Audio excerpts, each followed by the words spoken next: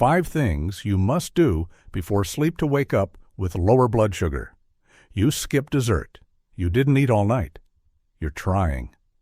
So why is your fasting blood sugar still high in the morning?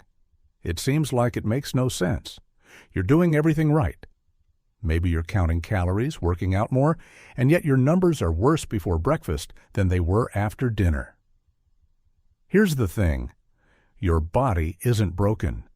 This is actually super common when you're dealing with insulin resistance or blood sugar issues. But most people have no idea what's really causing it, and even fewer know how to fix it. So, in today's video, I'm going to be breaking down 5 proven ways to lower your fasting blood sugar overnight.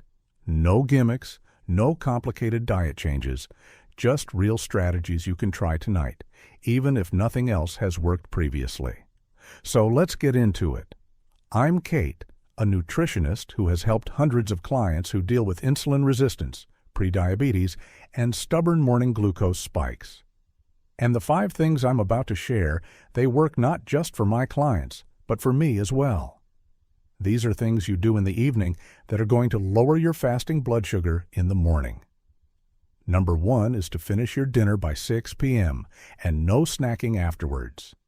This is one of the simplest things you can do to lower your fasting blood sugar. Eat your dinner a little bit earlier. Here's why it works. Your insulin sensitivity naturally drops as the day goes on. So eating late, especially close to bedtime, means your body has a harder time processing that food. Instead of efficiently clearing the glucose from your bloodstream, your blood sugar stays elevated for longer and insulin stays high throughout the night. Now that's already not great, but then you factor in this thing your liver does called gluconeogenesis. Basically, it makes its own sugar during the night, especially if your cortisol is up. So if your insulin is already elevated from a late meal or snack, your body wakes up stuck in a high glucose state, even though you didn't eat anything. And that's why so many people see higher numbers first thing in the morning. It's not the food you just ate, it's the leftovers from the night before, and your body's stress response playing out while you sleep. So what do? You finish your dinner by 6 p.m., and then you don't eat again after that. Not even a healthy snack, because yes, even that can be enough to trigger an insulin release and keep your glucose elevated into the night. Now, if 6 p.m. sounds impossible because of your work or your family situation, then at p.m., and then you don't eat again after that. Not even a healthy snack, because yes, even that can be enough to trigger an insulin release and keep your glucose elevated into the night. Now, if 6 p.m. sounds impossible because of your work or your family situation, then at least aim to stop eating 3 hours before bed. So, if you go to sleep at 10 p.m., stop eating by 7 p.m. It's not about being perfect. It's about giving your body time to actually fast before the fasted state of sleep kicks in. I've had clients drop their fasting blood sugar from 10 to 20 points just from this one simple change. Nothing else. Same meals, same workouts, just moving dinner earlier and making sure they're not snacking afterwards. And if you're someone who deals with cravings at night, it's often a habit and not actual hunger. It could also mean you're not eating enough protein at your last dinner. Trust me, if there's one tip you start with, make it this one. The second thing you can do is to go for a 15-minute walk after dinner. This one is so underrated, but can make such a big difference. A short, gentle walk after dinner, you don't need to be power walking or anything, can have a massive impact on your blood sugar. This is because when you move, your muscles start pulling glucose out of your bloodstream for energy, and they can do it without the need for insulin. It's like giving your body a shortcut to clear out that dinner glucose fast before it lingers overnight. There's actually a study published that found that just 2 minutes of walking after a meal could significantly reduce post-meal blood sugar spikes. 2 minutes. Now imagine what 10 or 15 minutes could do. So here's the move. After dinner, don't just plop straight on the couch. Head outside for a light walk around the block. You don't need to break a sweat. This isn't cardio. It's just movement. And if the weather doesn't permit, walk around your house, do some laundry, put your dishes away. Even this can help. You'd be surprised how much this small shift can lower your glucose curve, which means your fasting number has way less to deal with by morning. This strategy is quick, easy, effective, and free. Number 3 is to turn off your screens 1 hour before bed. Now, I know this one might sting a little. A lot of us are probably guilty of it, but here's the deal. Scrolling on your phone or watching TV right before bed wrecks your melatonin production.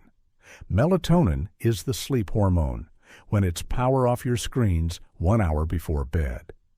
Now I know this one might sting a little. A lot of us are probably guilty of it, but here's the deal.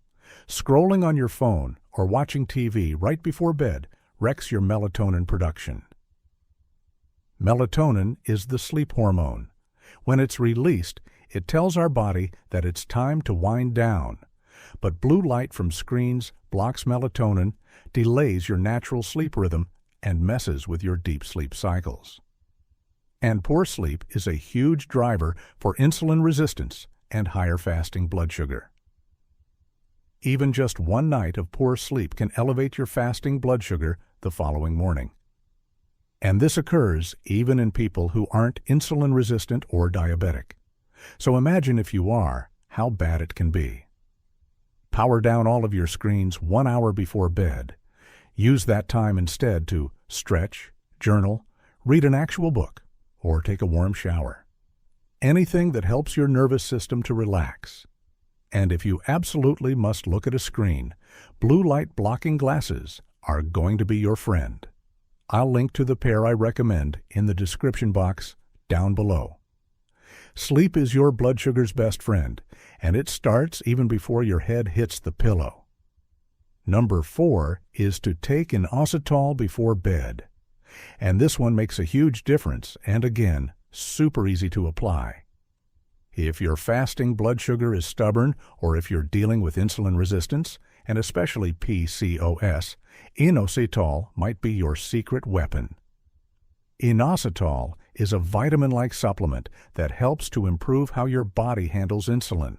It basically sensitizes your cells so they respond better to insulin signals, which means your body can clear glucose from the blood more efficiently. Now there are 2 forms that matter, myo-inositol and D-chiro-inositol. And you want them in a 40-to-1 ratio. This is the sweet spot.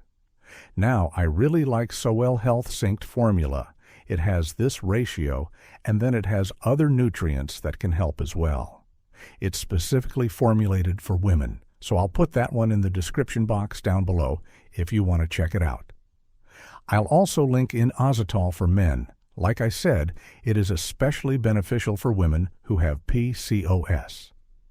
But a bonus is, it helps to calm your nervous system and improve your sleep quality. So when you take it before bed, you're hitting both sleep and insulin sensitivity angles at once. Number 5 is to get at least 7 hours of sleep every single night. I saved this one for last because it might be the most important. You could be? So, when you take it before bed, you're hitting both sleep and insulin sensitivity angles at once. Number 5 is to get at least 7 hours of sleep every single night. I saved this one for last because it might be the most important. You could be doing everything else right. Your diet could be in check. You could be exercising, but not seeing results. And more often than not, where people are falling short is with their sleep. Sleep is not optional when it comes to blood sugar.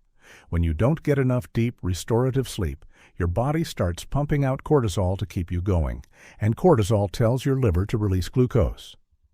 As I said earlier in this video, even after just one night of poor sleep, your fasting blood sugar is going to be higher. And not just in the morning, your blood sugar will be higher for the entire day, and your insulin resistance also goes up. Again, this happens for people who are metabolically healthy and have good insulin sensitivity. They become temporarily insulin resistant the following day, which just goes to show how important quality sleep is. If sleep is something you struggle with, try stacking this with a few of the other tips. No screens, take your Inositol, and wind down properly. I did a full podcast episode on improving sleep and everything you need to know. One question I often get asked is, what about shift work? So, I covered that in this podcast. I'll link that up above if you want to know more. Sleep is so powerful, but honestly underrated, and it might just be the thing standing between you and a lower fasting glucose. All right, now I know we've covered a lot, so let's quickly recap the 5 things you can do tonight to lower your fasting blood sugar the following morning. Number 1 is to finish your dinner by 6 p.m. and no snacking after that. Number 2 is to take a 15-minute walk right after your last meal. Number 3 is to power down all your screens at least an hour before bed. Number 4, take Inositol before bed. I recommend Sowell Health Sync for optimal insulin support. And number 5 is to get at least 7 hours of sleep. Now, while consistency does matter, you don't have to be perfect. You don't have to do every single one of these things every single night. The more you can do, the better. But even just starting with 1 tonight, even just shifting your dinner a little bit earlier and aiming for 7 hours of sleep can make a massive difference. You don't have to do every single one of these things every single night. The more you can do, the better. But even just starting with 1 tonight, even just shifting your dinner a little bit earlier and aiming for 7 hours of sleep can make a massive difference.